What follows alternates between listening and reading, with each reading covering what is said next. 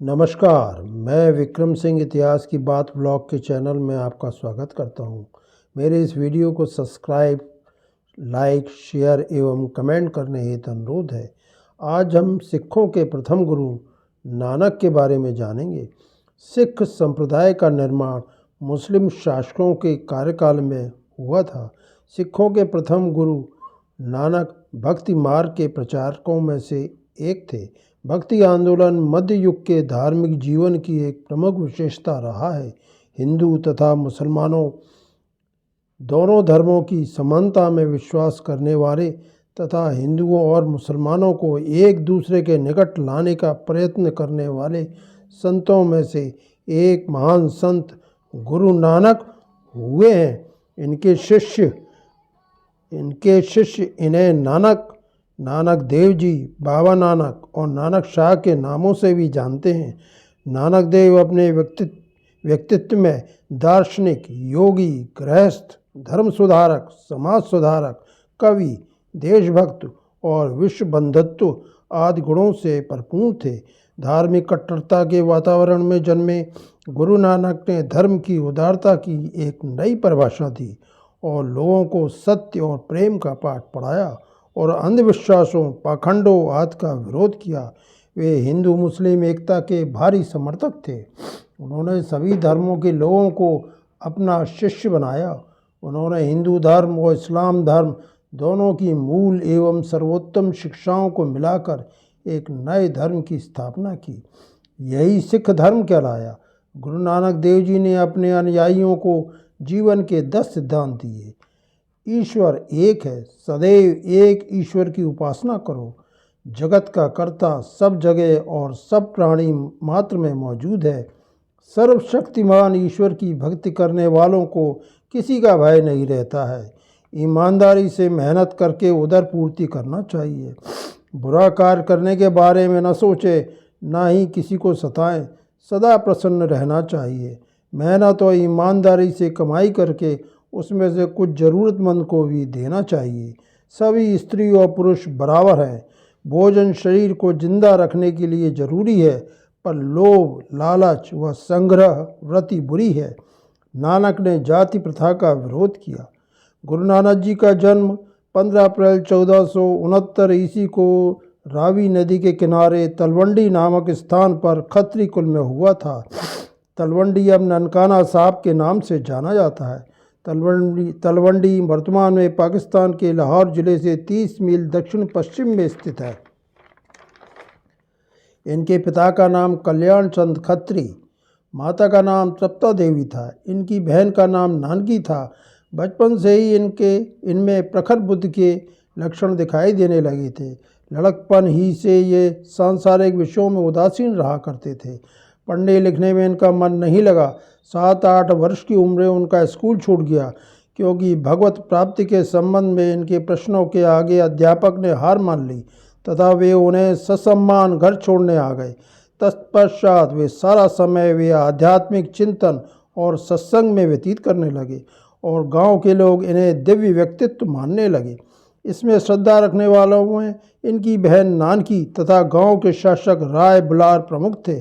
अपने बाल्यकाल में ही गुरु नानक जी ने हिंदी, संस्कृत भाषा के साथ ही फारसी एवं अरबी भाषा सीखी।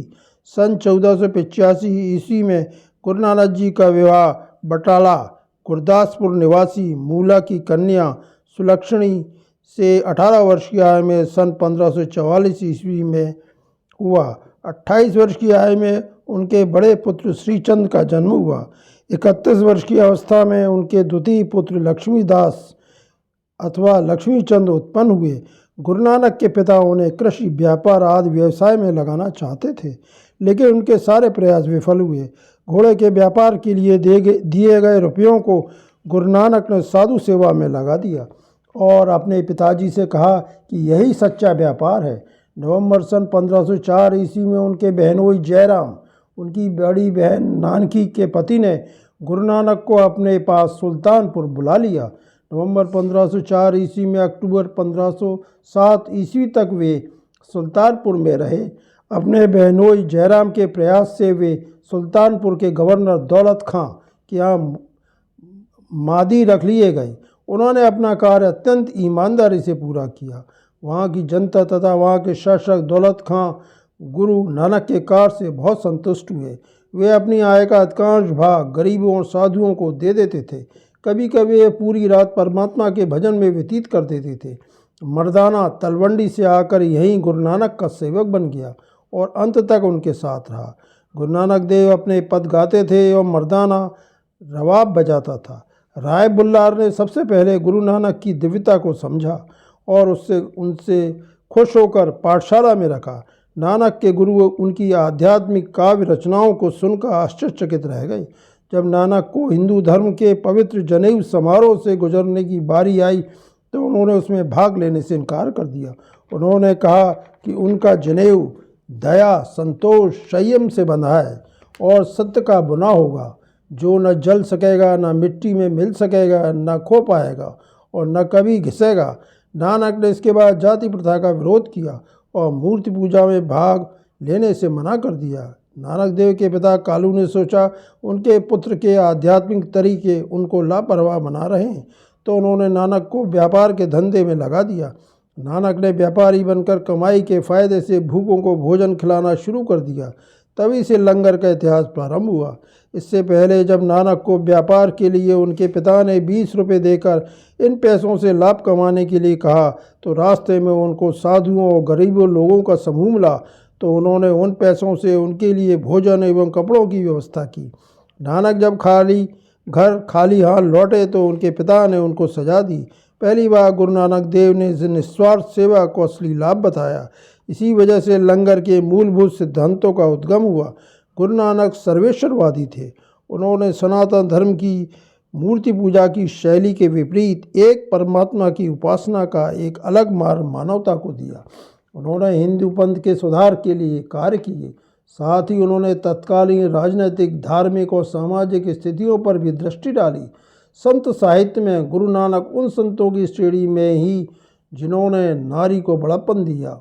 उन्होंने लोगों को सिखाया कि भगवान तक पहुंचने के लिए हमें किसी अनुष्ठान और पुजारियों की आवश्यकता नहीं है। भगवान को पाने के लिए उन्होंने लोगों से भगवान का नाम जपने को कहा। उन्होंने लोगों को दूसरों की मदद और सेवा करके आध्यात्मिक जीवन जीना सिखाया। उन्हें किसी तरह की धोखाधड़ी या शोषण से दूर रहने और ईमानदार जीवन जीने के लिए कहा।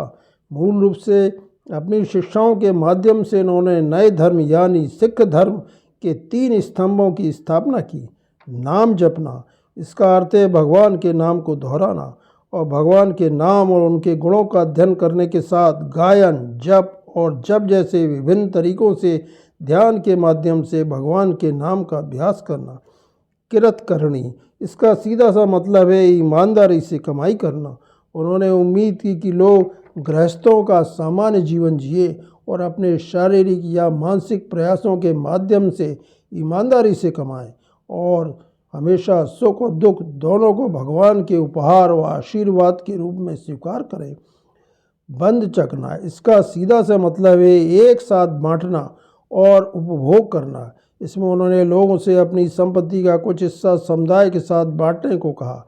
बंद चखना का अभ्यास करना सिख धर्म का एक महत्वपूर्ण स्तंभ है। यहाँ हर सिख समुदाय के साथ अपने हाथों से जितना संभव हो उतना योगदान देता है। मेरे इस वीडियो को सब्सक्राइब, लाइक, शेयर एवं कमेंट करने हेतु अनुरोध है। धन्यवाद।